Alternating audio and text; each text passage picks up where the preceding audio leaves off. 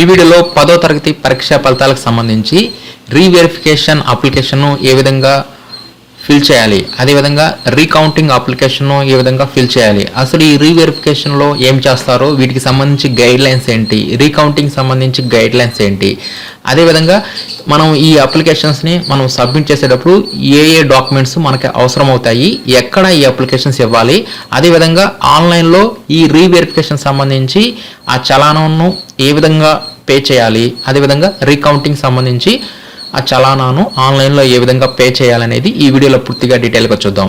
ముందుగా అసలు ఈ అప్లికేషన్స్ని మనం అఫీషియల్ వెబ్సైట్ నుంచి డౌన్లోడ్ చేసుకోవాలి. bsc.ap.gov.in వెబ్సైట్ ఓపెన్ చేయాలి. ఇది డైరెక్టర్ ఆఫ్ గవర్నమెంట్ ఎగ్జామినేషన్ సంబంధించి అఫీషియల్ వెబ్సైట్.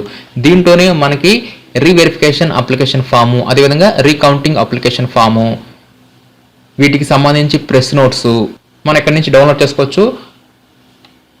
అదేవిధంగా ఈ లింక్స్ కూడా మీకు డిస్క్రిప్షన్లో ఇవ్వడం జరుగుతుంది.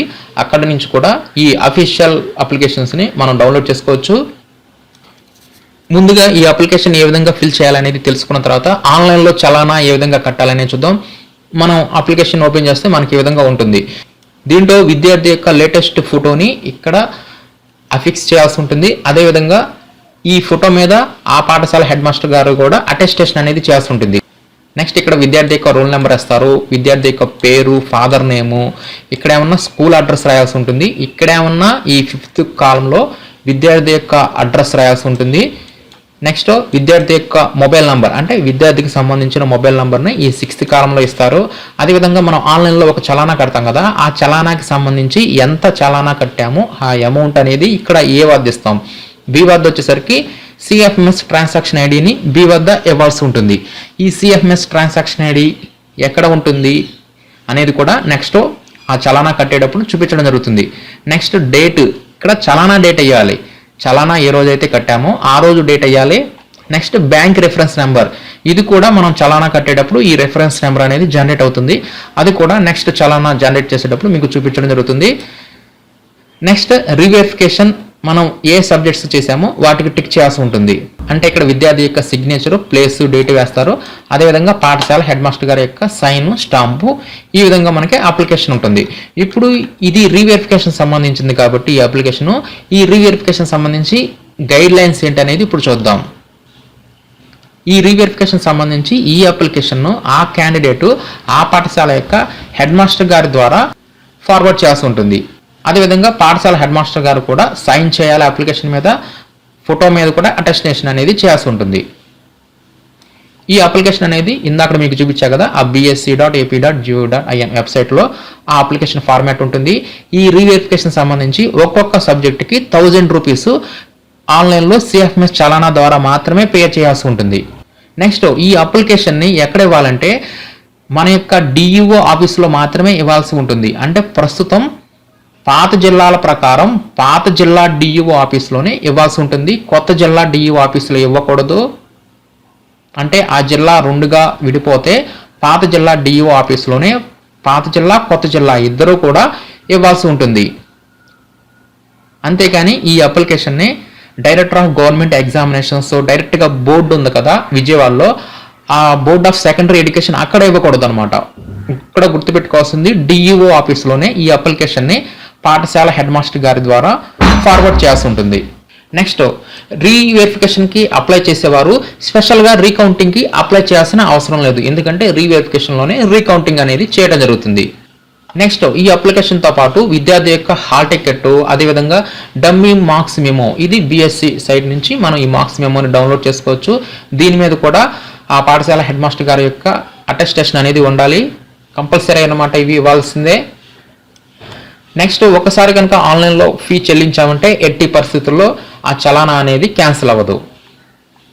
నెక్స్ట్ ఈ అప్లికేషన్ని మనం పోస్ట్లో, కొరియర్లో పంపించకూడదు. బై హ్యాండ్ మనమే వెళ్ళి, అంటే మనమైనా వెళ్ళొచ్చు, విద్యార్థి అయినా వెళ్ళవచ్చు, లేదంటే పాఠశాల హెడ్ మాస్టర్ గారి ద్వారా ఎవరైనా సరే వెళ్ళి బై హ్యాండ్ అక్కడ డిఈఓ ఆఫీస్లో ఆ అప్లికేషన్ ఇవ్వాల్సి ఉంటుంది. నెక్స్ట్ ఇక్కడ ఆన్లైన్లోనే చలానా కట్టాలి. ఎట్టి పరిస్థితుల్లో డీడీలు కానీ, చెక్ కానీ ఇవి ఇవ్వకూడదు. కంపల్సరీగా సిఎఫ్ఎంఎస్లోనే చలానా కట్టాలి. ఎలా కట్టాలనేది కూడా నెక్స్ట్ తెలియజేయడం జరుగుతుంది. నెక్స్ట్ ఈ అప్లికేషన్తో పాటు సెల్ఫ్ అడ్రస్డ్, అంటే విద్యార్థి యొక్క అడ్రస్ రాసిన ఒక ఎన్వలప్ కవరు, అదేవిధంగా పాఠశాల అడ్రస్ రాసిన ఇంకొక ఎన్వలప్ కవరు స్టాంపులు లేకుండా 2 కవర్స్ ఈ అప్లికేషన్తో పాటు పెట్టాల్సి ఉంటుంది. అసలు ఈ రీవెరిఫికేషన్లో ఏం చేస్తారు అనేది ఇప్పుడు చూద్దాం. ఈ రీవెరిఫికేషన్లో రీటోటలింగ్ చేస్తారు. అంటే టోటల్ అన్ని కరెక్ట్గా ఉన్నాయా లేదని చెప్పేసి ఒకసారి అన్ని టోటల్స్ మొత్తాన్ని ఒకసారి లెక్క కడతారు. నెక్స్ట్ విద్యార్థి రాసిన అన్ని జవాబులకు మార్క్స్ వేశారా లేదా అనేది చెక్ చేస్తారు. ఏ జవాబుకైనా సరే మార్క్స్ వేయకపోతే ఇప్పుడు వేయటం జరుగుతుంది. నెక్స్ట్ ఈ ప్రాసెస్లో కనుక విద్యార్థి కనుక తక్కువ మార్కులు వచ్చాయి అనుకోండి, సపోజ్ ఒకవేళ టోటల్లో ఎక్కువ వేశారనుకోండి, ఇప్పుడు టోటల్లో లెక్క కడితే ఇంకా తగ్గినాయి అనుకోండి, ఆ తగ్గిన మార్క్స్ని మాత్రమే ఇక్కడ పరిగణలోకి తీసుకుంటారు. కాబట్టి రీవెరిఫికేషన్లో మార్క్స్ పెరగవచ్చు, కొన్ని సందర్భాల్లో మార్క్స్ కూడా తగ్గవచ్చు. అలా మార్క్స్ తగ్గినప్పుడు ఆ విద్యార్థికి తెలియజేయడం జరుగుతుంది. అప్పుడు ఆ విద్యార్థి ఏం చేయాలంటే ఆ ఒరిజినల్ సర్టిఫికేట్ అనేది వచ్చిన తర్వాత ఆ సర్టిఫికేట్ని సరెండర్ చేయాల్సి ఉంటుంది. ఆ విద్యార్థి కనుక ఆ సర్టిఫికేట్ని సరెండర్ చేయకపోతే ఆ విద్యార్థి మీద యాక్షన్ అనేది తీసుకుంటారు. కాబట్టి ఇక్కడ ఈ ప్రాసెస్లో కనుక మార్క్స్ అనేవి రెడ్యూస్ అయితే ఆ మార్క్సే పర్మనెంట్గా రికార్డ్ చేయడం జరుగుతుంది. ఈ రీవెరిఫికేషన్ సంబంధించి చలానా ప్రాసెస్ అనమాట. ఇది చెప్పడం కన్నా ఎలా కట్టాలనేది నెక్స్ట్ చూపిస్తాను. నెక్స్ట్ ఇప్పుడు రీకౌంటింగ్ సంబంధించి అప్లికేషన్ చూద్దాం. ఈ అప్లికేషన్ కూడా మనం అఫీషియల్ వెబ్సైట్ నుంచి డౌన్లోడ్ చేసుకోవచ్చు, లేదంటే డిస్క్రిప్షన్లో ఈ 2 అప్లికేషన్స్ యొక్క లింక్ ఉంటుంది, అక్కడ నుంచి మీరు డౌన్లోడ్ చేసుకోవచ్చు. ఈ ఫామ్లో కూడా సేమ్ అనమాట. విద్యార్థి యొక్క roll number, next name of the candidate, father name, ఎక్కడ ఉన్న స్కూల్ అడ్రస్, ఇక్కడ ఉన్న విద్యార్థి యొక్క అడ్రస్, విద్యార్థి యొక్క మొబైల్ నెంబరు, సిఎఫ్ఎంఎస్ చలానాకి సంబంధించి ఆ వివరాలు ఇస్తారు.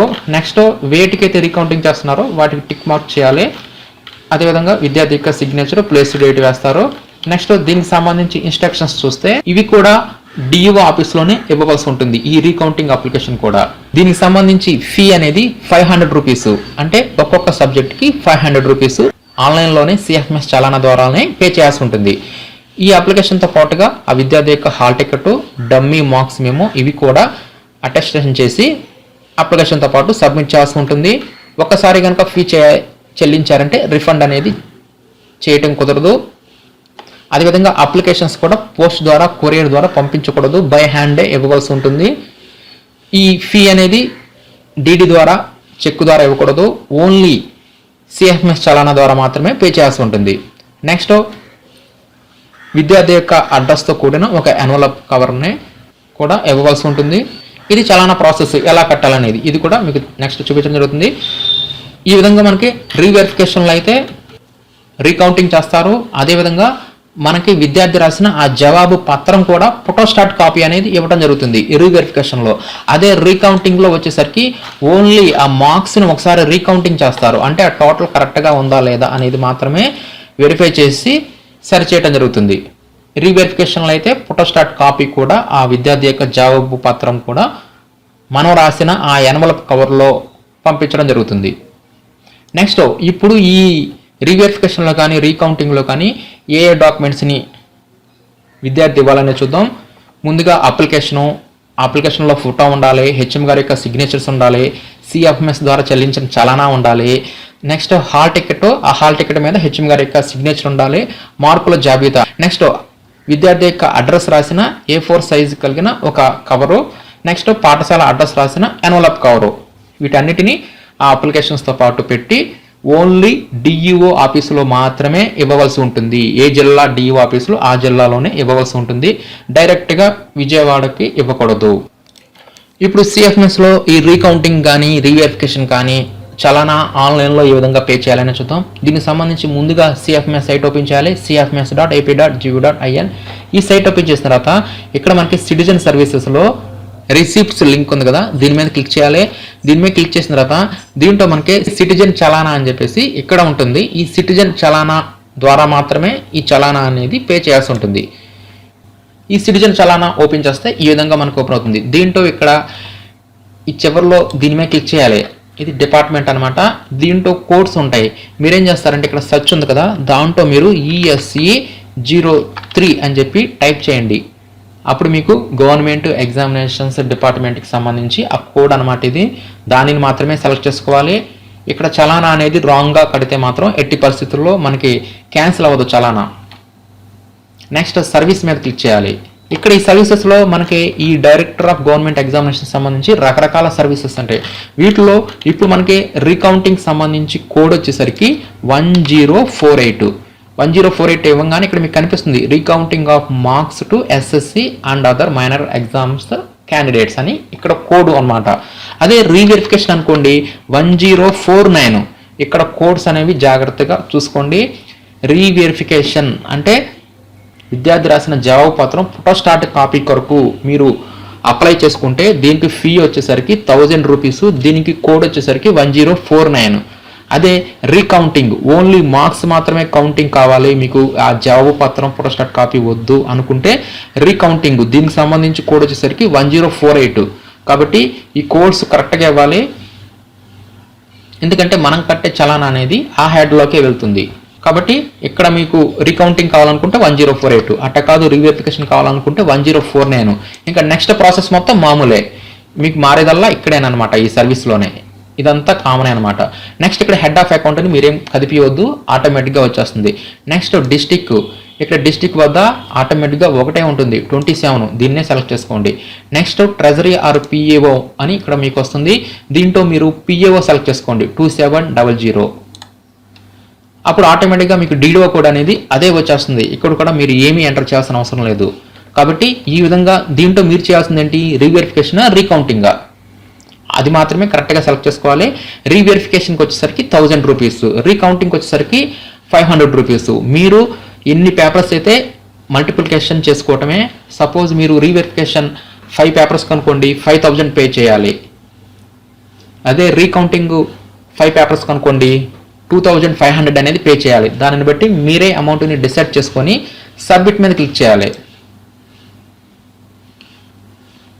ఇలా సబ్మిట్ మీద క్లిక్ చేయగానే నెక్స్ట్ ఈ విధంగా వస్తుంది. ఇక్కడ పర్పస్ అని అడుగుతుంది. ఇక్కడ పర్పస్ వద్ద మీరు రీవెరిఫికేషన్ అనుకోండి ఈ విధంగా ఇవ్వండి, reverification and issue of xerox copy of valid answer scripts అని. అదే రీకౌంటింగ్ అనుకోండి రీకౌంటింగ్ అని చెప్పేసి పర్పస్ ఇవ్వండి. నెక్స్ట్ ఇక్కడ రెమిటర్ నేమ్ వద్ద విద్యార్థి యొక్క పేరు ఇవ్వండి. నెక్స్ట్ రెమిటర్ ఐడి వద్ద విద్యార్థి యొక్క ఆధార్ నెంబర్ ఇవ్వండి. నెక్స్ట్ అడ్రస్ వద్ద ఇక్కడ పాఠశాల అడ్రస్ అనేవచ్చు, లేదంటే విద్యార్థి యొక్క అడ్రస్ అనేవచ్చు. నెక్స్ట్ ఇక్కడ మొబైల్ నెంబర్ వద్ద విద్యార్థి యొక్క అంటే వారి యొక్క father mobile number, email ID. ఇక్కడ మనం మొబైల్ నెంబర్కి ఈ చలానాకి సంబంధించి వివరాలు కూడా SMS రూపంలో పంపించడం జరుగుతుంది, ఈమెయిల్ ఐడికి కూడా పంపించడం జరుగుతుంది. కాబట్టి ఇవి వర్కింగ్లో ఉన్నవి ఇవ్వండి. నెక్స్ట్ అమౌంట్ అనేది మీరు ఎన్ని పేపర్లు అయితే ఈ రీవెరిఫికేషన్ చేసుకోవాలనుకుంటున్నారో దాన్ని బట్టి అమౌంట్ మీరే డిసైడ్ చేసేసి వేసేయండి. రీవెరిఫికేషన్ 2 పేపర్స్ అనుకోండి 2000 రూపీస్. అలా మీరు అమౌంట్ని మీరే మాన్యువల్గా ఎంటర్ చేసేయాలి. నెక్స్ట్ అమౌంట్ ఇన్ వర్డ్స్ అనేవి ఆటోమేటిక్గా పడిపోతాయి. నెక్స్ట్ ఇక్కడ క్యాప్చా కోడ్ ఇచ్చారు కదా, స్మాల్ లెటర్స్లో ఉన్నాయి స్మాల్, క్యాపిటల్ లెటర్స్లో ఉన్నాయి క్యాపిటల్ లెటర్స్, అలాగే ఇచ్చేసేసి ఫైనల్లో సబ్మిట్ మీద క్లిక్ చేయాల్సి ఉంటుంది. ఇక్కడ మీకు పేమెంట్కి సంబంధించి 3 రకాల ఆప్షన్స్ ఉంటాయి, మాన్యువల్ పేమెంట్, నెఫ్ట్, ఈ పేమెంట్. ఇక్కడ మీకు మాన్యువల్ పేమెంట్ అంటే బ్యాంకులో పేమెంట్ అనేది చేయాల్సి ఉంటుంది, అంటే ఇది ఆఫ్లైన్ అవుతుంది. మనం ఇట్లా మాన్యువల్ పేమెంట్ అని చెప్పి సెలెక్ట్ చేసుకొని సబ్మిట్ మీద క్లిక్ చేస్తే మనకి ఈ చలానా అనేది పీడిఎఫ్లోకి డౌన్లోడ్ అవుతుంది. డౌన్లోడ్ అయిన తర్వాత దానిని మనం 2 కాపీస్ కానీ 3 కాపీస్ కానీ ప్రింట్అవుట్ తీసుకొని బ్యాంకుకి వెళ్ళి అక్కడ పేమెంట్ అనేది కట్టేయాలి. అలా కాదు ఈ పేమెంట్ అంటే ఆన్లైన్లో ఇప్పటికిప్పుడే మనం పేమెంట్ అనేది చేయవచ్చు. ఈ 2 విధాలు చూద్దాం. ముందుగా మనం మాన్యువల్ పేమెంట్ని సెలెక్ట్ చేసుకొని సబ్మిట్ మీద క్లిక్ చేయాలి. ఈ మాన్యువల్ పేమెంట్లో మనకి పీడిఎఫ్లో ఈ చలానా అనేది డౌన్లోడ్ అవుతుంది, డబ్బులు మాత్రం మన బ్యాంకులో కడతాం. ఇలా సబ్మిట్ మీద క్లిక్ చేయగానే ఈ విధంగా మీకు నెక్స్ట్ వస్తుంది. దీంట్లో CFMS ట్రాన్సాక్షన్ ఐడి అని చెప్పి ఇక్కడ ఉంటుంది. ఇదేనమాట ఈ CFMS ట్రాన్సాక్షన్ ఐడిని మీరు నోట్ చేసుకోండి. అదేవిధంగా బ్యాంక్ రెఫరెన్స్ నెంబర్, ఈ బ్యాంక్ రెఫరెన్స్ నెంబర్ని మీరు నోట్ చేసుకోండి, ఈ అమౌంట్ని నోట్ చేసుకోండి. ఈ వివరాలన్నీ మనం అప్లికేషన్స్లో ఇందాక మనకి అప్లికేషన్లో ఇక్కడ మనకి CFMS transaction ID bank reference number అడిగారు కదా, ఇవేనమాట ఆ వివరాలు. ఈ వివరాలను అక్కడ ఇవ్వాలి. బ్యాంక్ స్టేటస్ అనేది ఇక్కడ పెండింగ్లో ఉంది, ఎందుకంటే ఇంకా మనం పేమెంట్ చేయలేదు కాబట్టి పెండింగ్లో ఉంది. దీనిని ప్రింట్అవుట్ తీసుకోవడానికి ఇక్కడ కింద కార్నర్లో ప్రింట్ అని ఉంటుంది, దీని మీద క్లిక్ చేయాలి. అప్పుడు మనకి చలానా అనేది ఇక్కడ మనకి జనరేట్ అవుతుంది. ఈ చలానాని మనం 2 కానీ 3 కానీ మనం ప్రింట్అవుట్ తీసుకోవాలి, ఎందుకంటే ఒకటి బ్యాంక్ వారు తీసుకుంటారు, ఇంకోటి మనకి డూప్లికేట్ అని చెప్పేసి మనకి ఇంకోటి ఇస్తారనమాట. దాని కొరకు మనం 2 కానీ 3 కానీ ప్రింట్అవుట్లు తీసుకొని వెళ్ళాలి. దీన్ని మనం డౌన్లోడ్ చేసుకొని ప్రింట్అవుట్ తీసుకొని బ్యాంకులో ఈ పేమెంట్ని చెల్లించాల్సి ఉంటుంది. ఇది ఆఫ్లైన్ ద్వారా బ్యాంకులో కట్టే విధానం. నెక్స్ట్ ఆన్లైన్లో ఏ విధంగా పేమెంట్ చేయాలని చూద్దాం. అదే ఇప్పుడు మనం పేమెంట్ని మాన్యువల్ పేమెంట్ ద్వారా కాకుండా, అంటే బ్యాంక్కి వెళ్ళకుండానే ఇప్పటికిప్పుడే మనమే net banking, credit card, debit card ద్వారా ఆన్లైన్లో ఈ పేమెంట్ చేయాలనుకుంటే ఈ పేమెంట్ ఆప్షన్ సెలెక్ట్ చేసుకొని సబ్మిట్ మీద క్లిక్ చేయాలి. అప్పుడు మనకి ఈ విధంగా ఈ పేమెంట్ గేట్వేస్ వస్తాయి. వీటిల్లో పేయూ ద్వారా మనం పే చేయొచ్చు, లేదంటే ఎస్బీఐ ద్వారా మనం పే చేసుకోవచ్చు. ఇక్కడ ట్రాన్సాక్షన్ ఛార్జెస్ కూడా ఏ ట్రాన్సాక్షన్ ఎంతంత ఈ సర్వీస్ ఛార్జ్ వసూలు చేస్తారని కూడా ఇక్కడ మనకి ఇవ్వడం జరుగుతుంది. నేను ఎస్బీఐని సెలెక్ట్ చేసుకున్నాను. అప్పుడు ఎస్బీఐ సంబంధించి ఇక్కడ మనకి ఆప్షన్స్ వస్తాయి. దీంట్లో నెట్ బ్యాంకింగ్ ద్వారా అయితే మనకి ఎలాంటి ఛార్జెస్ అనేది ఉండదు. అదే ఈ ఎస్బీఐ నెట్ బ్యాంక్, అదే ఈ ఎస్బీఐ పేమెంట్ గేట్వే ద్వారా అదర్ నెట్ బ్యాంకింగ్ ద్వారా మనం పేమెంట్ చేసామనుకోండి, 6 రూపీస్ సర్వీస్ ఛార్జ్ అనేది చెల్లించాల్సి ఉంటుంది. అంటే అదనంగా ఈ విధంగా మనకి ఇక్కడ సర్వీస్ ఛార్జెస్ ఎంత అనేది కూడా ఈ క్రెడిట్ కార్డు, డెబిట్ కార్డు కూడా ఇక్కడ ఇవ్వడం జరుగుతుంది. నేను నెట్ బ్యాంక్ సెలెక్ట్ చేయగానే ఈ విధంగా నెట్ బ్యాంక్కి సంబంధించి యూజర్ ఐడి, పాస్వర్డ్, ఈ క్రెడెన్షియల్స్ అడుగుతుంది. వీటన్నిటిని ఇచ్చేసేసి నేను పేమెంట్ అనేది కన్ఫర్మ్ చేస్తాను. ఈ విధంగా మనకి పేమెంట్ అనేది అయిపోయిన తర్వాత అప్పుడు మనకి ఫైనల్లో ఈ చలానా అనేది జనరేట్ అవుతుంది. అంటే ఇందాకడైతే మనం మాన్యువల్ పేమెంట్ సెలెక్ట్ చేసుకున్నాం కాబట్టి ముందుగానే పీడిఎఫ్లోకి చలానా జనరేట్ అయింది. మనం ప్రింట్అవుట్ తీసుకొని బ్యాంకులో పేమెంట్ అనేది చెల్లించవచ్చు. అదే నెట్ బ్యాంకింగ్, అదే ఈ పేమెంట్ సెలెక్ట్ చేసుకుంటే పేమెంట్ మొత్తం అయిపోయిన తర్వాత చివరిలో మనకి ఈ చలానా అనేది ప్రింట్అవుట్ అనేది వస్తుంది. కాబట్టి మనం ఏ విధంగా పేమెంట్ అనేది చేసుకోవచ్చు. ఇప్పుడు పేమెంట్ మొత్తం అయిపోయింది. ఆ పేమెంట్ సక్సెస్ అయిందా లేదంటే ఫెయిల్ అయిందా, ఆ స్టేటస్ని ఎక్కడ చెక్ చేసుకోవాలనే చూద్దాం. ఇదే సిఎఫ్ఎంఎస్ సైట్లో సిటిజన్ సర్వీసెస్లో మనకి ఇక్కడ చలానా స్టేటస్ అని ఉంటుంది. ఈ చలానా స్టేటస్ మీద క్లిక్ చేయాలి. ఈ చలానా స్టేటస్లో CFMS transaction ID, department transaction ID, చలానా నెంబరు, బ్యాంక్ రెఫరెన్స్ ఐడి, ఇలా మనకి 4 రకాల సెర్చ్ ఆప్షన్స్ వస్తాయి. వీటిల్లో ఏదో ఒకటి ఇస్తే సరిపోతుంది, అన్నీ ఇవ్వవలసిన అవసరం లేదు. ఇక్కడ CFMS transaction ID, bank reference ID అంటే ఇందాక మీకు చూపించాను, చలానా జనరేట్ అయిన తర్వాత దాని మీద ఉంటుంది. వీటిలో ఏదో ఒకటి ఇచ్చేసేసి చెక్ స్టేటస్ మీద క్లిక్ చేసేసి ఆ చలానా స్టేటస్ మనం తెలుసుకోవచ్చు. అదేవిధంగా ఈ ప్రింట్అవుట్ను కూడా మనం ఎప్పుడైనా తీసుకోవచ్చు. కాబట్టి మన వద్ద ఆ CFMS transaction ID, bank reference number, వీటి సహాయంతో మనం చలానాని ఎప్పుడైనా మనం ప్రింట్అవుట్ తీసుకోవచ్చు. కాబట్టి వాటిని మనం జాగ్రత్తగా నోట్ చేసుకోవాలి ఈ ట్రాన్సాక్షన్ చేసేటప్పుడు. ఈ కింద కార్నర్లో ఉన్న ప్రింట్ సిఎఫ్ఎంఎస్ రెఫరెన్స్ ఫామ్ మీద క్లిక్ చేస్తే అప్పుడు ఆ చలానా అనేది మరలా డౌన్లోడ్ అవుతుంది. ఇప్పుడు డౌన్లోడ్ అయిన ఈ చలానాలలో పేమెంట్ స్టేటస్ సక్సెస్ ఆ ఫెయిల్ అనేది క్లారిటీగా ఉంటుంది. దీనిని మనం డిఓ ఆఫీస్లో ఇవ్వవలసి ఉంటుంది. కాబట్టి పేమెంట్ మొత్తం అయిపోయిన తర్వాత రిసిప్ట్స్ లింక్స్లోకి వచ్చేసేసి చలానా స్టేటస్లోకి వచ్చేసేసి బ్యాంక్ రెఫరెన్స్ నెంబర్ కానీ సిఎఫ్ఎంఎస్ ట్రాన్సాక్షన్ ఐడి కానీ ఇచ్చేసేసి మరలా ఫైనల్లో ఇంకొకసారి చలానాని డౌన్లోడ్ చేసుకుంటే దాంట్లో స్టేటస్ కరెక్ట్గా ఉంటుంది. దానిని మాత్రమే మనం ఫైనల్లో డిఓ ఆఫీస్కి ఇవ్వాల్సి ఉంటుంది. ఈ విధంగా ఎస్ఎస్సి పరీక్షా ఫలితాలకు సంబంధించి రీవెరిఫికేషన్ కానీ, రీకౌంటింగ్ కానీ ఈ విధంగా మనం అప్లికేషన్ని ఇవ్వవలసి ఉంటుంది. అదేవిధంగా ఆన్లైన్లో చలానాని ఈ విధంగా మనం జనరేట్ చేయాల్సి ఉంటుంది.